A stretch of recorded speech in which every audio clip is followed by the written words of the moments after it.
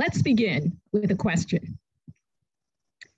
When you hear the word heart, what comes to your mind? Heart. Anyone? Love. Love. Caring. Rhythm. Life. Warmth. Moral center. So the word heart has many different connotations. And today, we will talk about how to have our heart and God's heart beat as one. In other words, how to have what comes out of our heart be in tune with God's ways, as the gospel this morning calls us to do. Since we're coming to the end of summer, I thought I'd begin my homily by discussing a game that's often played during the summer: golf. I know some members of our community really enjoy golfing. Their hearts are totally into it. Ed Burke, Polly Weldon, Stan Shuck, Pat Inglesby, and others. So let's have just a show of hands here. How many of us have ever played a game of golf? And that includes mini golf and chip and putt as well as the course. All right, well, it looks like just about all of us.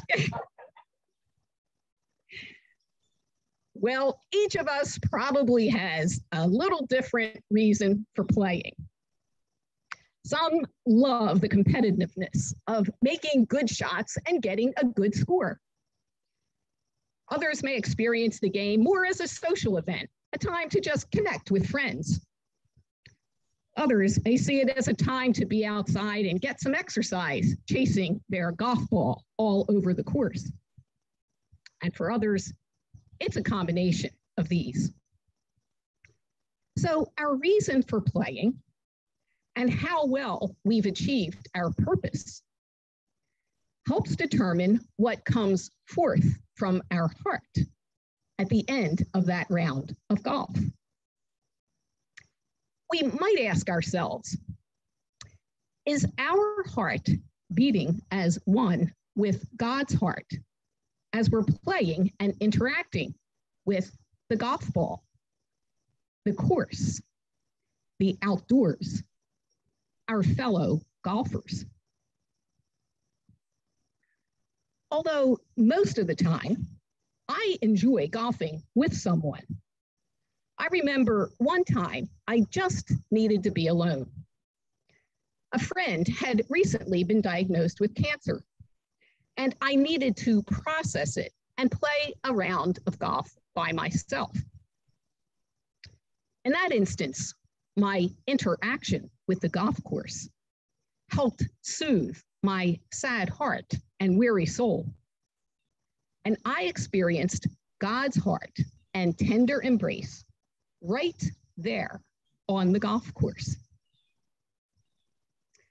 Whether we are playing a game of golf or a game of cards, listening to music or taking a walk, it's important that this heart time be, as Joan Chittister reminds us today, a commitment to the life of our soul.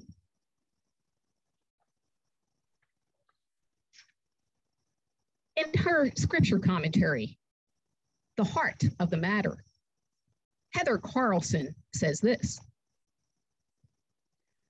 opening our hearts to God requires vulnerability and deep trust. It is a process of surrendering our own ideas and intentions to be reshaped by the one who has created us and loves us. Those times when our own hearts are filled with joy, it's easy to look at our heart and bask in these moments of joy or celebration. But in times of struggle or sadness, it can be more difficult and vulnerable to open ourselves to God. Yet, as we look at our sad or wounded heart together, our loving God offers us a pathway to healing and forgiveness.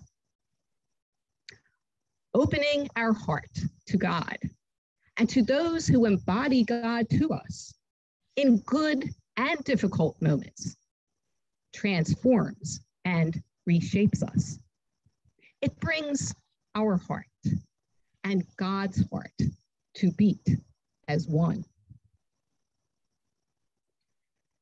To illustrate this, I'd like to share an experience from our daughter Dana and son-in-law Brooks's wedding a couple weeks ago. It took place on a beautiful, clear, sunny afternoon in a garden surrounded by colorful wildflowers, facing the majestic mountains of Crested Butte, Colorado. This garden was saturated with beauty, and we couldn't help but hear God's heartbeat in this special place. There were about 35 people in attendance, and our hearts were overflowing with joyful anticipation as we gathered to witness their love. Although every part of the ceremony reflected who they are and what they mean to each other, the high point was their exchange of vows. They each began their vow by sharing a vulnerable part of their heart with each other and with all of us who were there. Dana spoke of how Brooks was a light in her time of darkness as she healed from the past and opened herself to their future. Brooks spoke of how Dana came into his life when he felt lost and helped him understand what a true partner is, someone with whom he could share his hopes, dreams, and struggles. There wasn't a dry eye among us as they trustingly and honestly opened their hearts in that intimate moment. It was so very touching. And I felt a transformation, not only of their hearts, but also of the hearts of those present. Their hearts, God's heart, and our hearts were all beating as one, as they embodied God, love to us through their words and presence.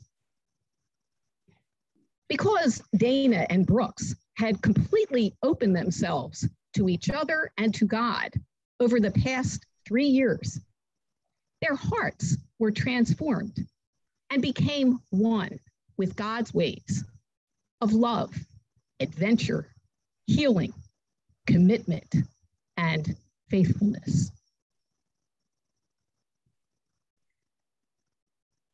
Whether a time of relaxation and play, an experience of loss, or a time of joy and celebration, let us open ourselves to God and allow the God who loves us completely to transform our hearts.